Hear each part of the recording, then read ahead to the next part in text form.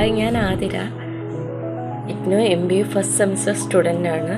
ഞാൻ ലേൺവൈസിലൂടെയാണ് പഠിക്കുന്നത്. ലേൺവൈസ് ആപ്പിനെ കുറിച്ച് ഞാൻ ഈ ഫർദർ സ്റ്റഡീസ് ചെയ്യണമെന്ന് വിചാരിച്ച സമയത്ത് ഞാൻ ജസ്റ്റ് റെഫർ ചെയ്യുന്ന സമയത്താണ് ലേൺവൈസ് ആപ്പിനെ കുറിച്ചിട്ട് കാണുന്നത്. അങ്ങനെ ഞാൻ അവരുമായിട്ട് കോണ്ടാക്റ്റ് ചെയ്യായിരുന്നു.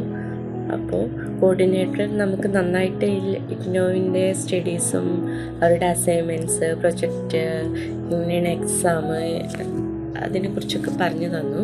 അപ്പോൾ എനിക്ക് നല്ല ഇൻട്രസ്റ്റിംഗ് ആയിട്ട് തോന്നി. അങ്ങനെയാണ് ഞാൻ ലേൺവൈസിൽ അഡ്മിഷൻ എടുക്കുന്നത്. പിന്നെ എൻ്റെ മെൻറ്റർ അനുഷ്യ മാഡം ആയിരുന്നു. മാഡം നല്ല ഹെൽപ്ഫുള്ളാണ്.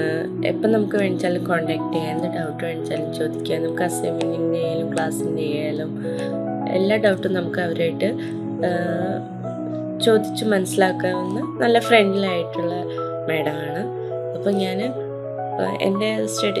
കറൻ്റ്ലി വർക്കിംഗ് ആണ്. ഞാൻ ടാക്സ് പ്രാക്ടീഷണറായി വർക്ക് ചെയ്യുന്നു. അപ്പോൾ അതിൻ്റെ കൂടെ സ്റ്റഡീസ് കൂടെ കൊണ്ടുപോകാൻ ഞാൻ വിചാരിച്ചു ആദ്യം ബുദ്ധിമുട്ടായിരിക്കും.